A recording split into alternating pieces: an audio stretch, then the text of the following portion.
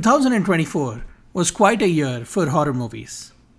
We had some great movies that revitalized old franchises and gave fresh voices a chance to make themselves heard in the spooky genre.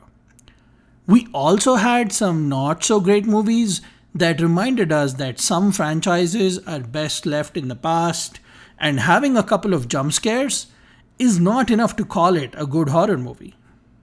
In other words, 2024 was a mostly typical year for scary flicks. But there was one movie this year that was a watershed moment for the genre. It brought back a forgotten style of filmmaking, put to shame all the high budget movie duds, and filled the hearts of horror fans with joy thanks to its originality and unrelenting macabre style. TV. Ladies and gentlemen, please stay tuned for a live television first as we attempt to commune with the devil.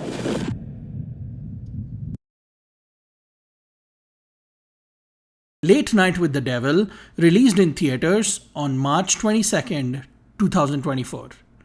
Written and directed by Cameron and Colin Keynes, it is a found footage film about a live television broadcast in 1977 that goes horribly wrong, unleashing evil into the nation's living rooms.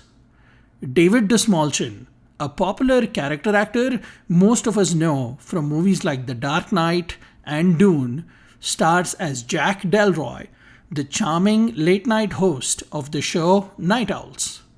He is burdened with a personal tragedy.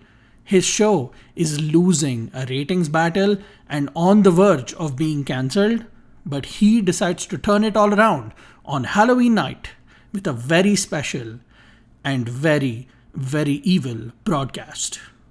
Rhys O'Terry plays Gus, Jack's sidekick on the show, and Laura Gordon, Ian Bliss, Faisal Bazi, and Ingrid Torelli portray various guests who have connections to the supernatural and appear on the show to exhibit them. Late Night with the Devil was screened at South by Southwest in 2023 and became such a sensation there that even though it was originally scheduled to only release on the Shudder app, it got greenlit as a major theatrical release. Leading up to the movie, I only heard great things about it, which got me pumped to check it out. The movie also got tangled up with a minor controversy that I will talk about later in the video. I was seated for late night on opening night, and it ended up being one of my favorite cinematic experiences of the year. Late Night starts with a documentary-style intro reel that provides the context on Jack, the late night world of the late 70s, the satanic panic culture, and then plays the recovered broadcast of the Night Owls Halloween show. It was fascinating to revisit the film grain quality of a VHS, something I had only seen as a kid in India when my parents played old movies in our VCR.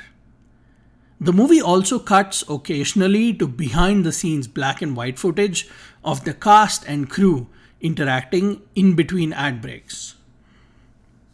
Even though it takes place just on the Night Owl set, the performances and the story create a vast, vivid world of ideas that is constantly swinging like a pendulum between reality and the supernatural. As the broadcast rolls on and various guests appear, you are balancing two distinct voices in your head. One that is trying to demystify what you're seeing, and another who fears the horrible phenomena happening are real and that the worst is inevitable. All these pieces eventually swirl together in a whirlpool, and the results are dazzling, horrifying, and deeply disturbing. Late Night's limitations are its greatest assets. The lead role is played by Dastmalchian, who recognizes the specialty of this opportunity. He doesn't just utilize this role to keep the movie glued together, he proves that he is as good as any leading man, and displays a gravitas and power that are befitting of the movie star moniker. The shoestring budget of $2 million forces the movie to rely on old school practical effects instead of CGI. This leads to some terrifying scares with costumes, body fluids, and even the theremin. But above all, the concept of late night and the themes examined in this movie are so powerful and contagious, it comes together as a mesmerizing pressure cooker that ends in a deafening, terror-filled explosion.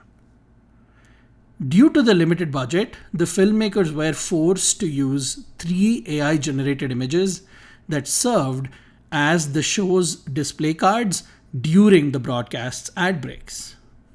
This was an unfortunate ding on the movie and led some audiences to understandably boycott it when it was released. The movie still ended with an impressive $15 million box office haul, and the run of the movie ended with glowing critical and audience scores and a highly positive word of mouth. If you have not seen Late Night with the Devil yet, I really envy you. It revitalizes the found footage style. It's filled with profound morals on the addictive nature of success and the price we are willing to pay to achieve our dreams. It's a treasure chest of a horror movie with unsettling scares and rewards for multiple rewatches. And yeah, it is the best horror movie of 2024. Late Night with the Devil is currently streaming on Hulu and available to purchase on various digital platforms. Thanks for checking out this video. Hope you liked it and hope you'll subscribe to my channel for more movie essays, reviews, stand-up comedy, unboxings, and cute dog videos. Have you seen Late Night with the Devil? What are your thoughts on the movie?